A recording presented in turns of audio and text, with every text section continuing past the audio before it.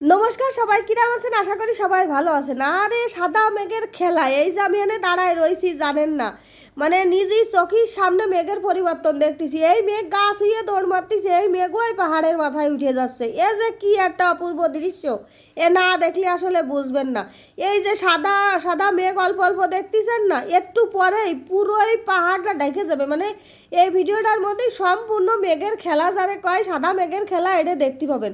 মানে মেঘ পাহাড়ের যে অপূর্ব দৃশ্য, এই পাহাড়গুলো তো এখন দেখতেছি বেশ সুন্দর সবুজ দেখা যাচ্ছে। ওই কেবল উকি ঝুঁকি মারতেছে, ওই পাহাড়ের মাঝখান মাঝখান দিয়ে ফাঁক দিয়ে ফুঁক দিয়ে ওই সাদা মেঘটা দেওয়া যাচ্ছে। আবার নিচেই সবাই একটু ছবি টবি তুলতেছে, বেশ ফাইন কায়দার লাগতেছে বুঝেছেন মেঘের মধ্যে দাঁড়ায় থাকতে।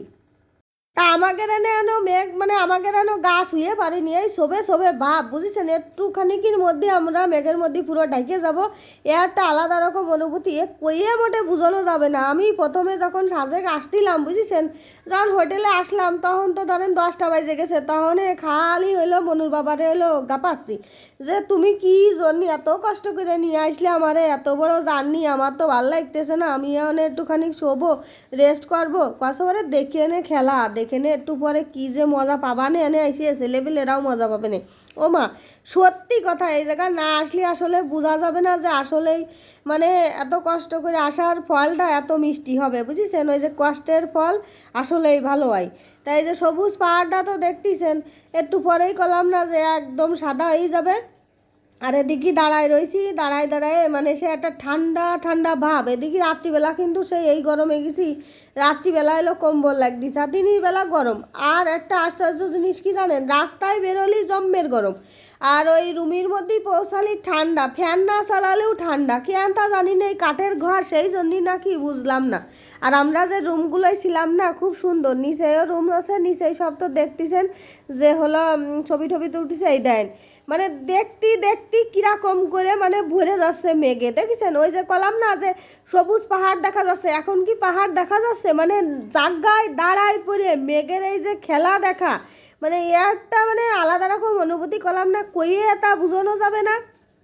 তাই তো ভাবি, মানুষ এত টাকা পয়সা খরচ করে ওই সাজে কেন যায়, এখন বুঝতেছি। আরও সুন্দর জায়গা তো আছেই, সেগুলো তো আপনাকে সাথে ছোট ছোট রিল ভিডিও শেয়ার করেছি। আর এই যে দেখেন, আমি যে খুশিতে কি করবো, এই মেঘ ধরতে যাচ্ছি, মেঘ তো ছুটছি, আমি কিন্তু অলরেডি মেঘের মধ্যেই দাঁড়ায় রয়েছি বুঝেছেন। আমাদের কিন্তু মেঘ টেক ডেকে গেছে পুরো।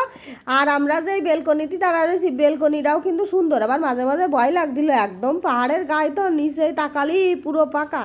আবার ভয় লাগছিল যদি এই কাঠ ফাট ভাঙিয়ে যদি পড়ে, তাহলে তো সোজা পাহাড়ের নিচেই না বাপু। ওনারা তো সেই সিস্টেমেই বানাইছে যাতে ট্যুরিস্টদের কোনো কষ্ট মষ্ট না হয়। তবে রুমগুলো খুব সুন্দর ছিল। দেখেন আমি পুরো মেঘের মধ্যেই, মানে আমি দিশারাই যাচ্ছে আমি কি করব না করব। দেখি মনুর বাবা ডেকেই যাচ্ছে, ওরে রুমের মধ্যে আসো তাড়াতাড়ি চান করে রেডি হয়ে নাও, আরও বাইরে যাব, ঘুরতে যাব। আমি কছি ওরে তুমি রাহো দিনই তোমার ঘুরে, আমি আগে এই মেঘের মধ্যেই দাঁড়াইয়ে নি। আসা আসে মানে আমরা দূরিতে, মানে বাড়ি থাকতি দূরিতে দেখতাম ওই যে সাদা মেঘ, মনে হয়তো কি যদি ছুটি পারতাম। ও মা গো মা, সেই আশা তো আমার পূরণ হয়ে গেছে। মানে আমরা তো মেঘের মধ্যে দাঁড়ায় রয়েছি, মেঘ শুচ্ছি, মানে যে কি একটা অসাধারণ দৃশ্য। মানে যত গাবাবো তত কম হয়ে যাবে বুঝেছেন। আর দেখেন সেই পাহাড়গুলো কি দেখা যাচ্ছে, মানে একটুও দেখা যাচ্ছে না। দেখতে দেখতে কি সুন্দর পরিবর্তন হয়ে গেল, আবার আস্তে আস্তে মেঘ সরে যাচ্ছে। আমরা কিন্তু সেই এই জায়গায় দাঁড়ায় রয়েছি একটানা, মানে কছি যে যতক্ষণ না মেঘ না চলে যাবে ততক্ষণ আমি এই জায়গায় দাঁড়াই থাকবো, আমি যাবো না। দেখি মনুর বাবা তো গাপাই এই যাচ্ছে, আসো দিনই দেরি হয়ে যাবে না, সবাই রেডি হয়ে যাবে না, তোমার জন্যই দেরি হয়ে যাবে না। আমি কাছে দেরি হতেই লাগুক, আমি আনতে সত্যি চিনি মেঘ না সরা পর্যন্ত। তারপরে একটু যেই বেলা হবে না না, তখন এই মেঘগুলো কিন্তু সরে যাবে না। আর যাই হোক, আমার এই ভিডিওটা যদি আপনাদের কাছে ভালো লেগে থাকে, তাহলে কিন্তু অবশ্যই অবশ্যই একখান লাইক কমেন্ট শেয়ার করবেন, সাবস্ক্রাইব করবেন।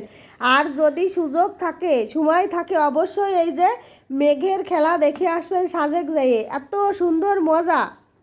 আর আমার বোনরাও তো যাইয়ে খুবই আনন্দ করেছে, মানে তার বলার বাইরে। ওরাও মেঘ দেখে হাতড়াহাতড়ি করতেছে, মানে আমি যেরকম হাত দিয়ে ছুটছি, মানে একটা অন্যরকম, যেরকম ধোঁয়া সরাই না হাত দিয়ে হইলো মানে সরাই, সেরকম চেষ্টা করতেছি। কিন্তু মেঘ কি আর যায়, ওর সময় মতো না যাবে না, ওর সময় মতো আসবে না। আর এইটা দেখতি মানে সচক্ষে দেখতি যে কি ভালো লাগতেছে, এই ফোনের চাইতো দেখতে কিন্তু সরাসরি ভালো লাগছিল বুঝেছেন। কিছু করার নেই, যাই হোক।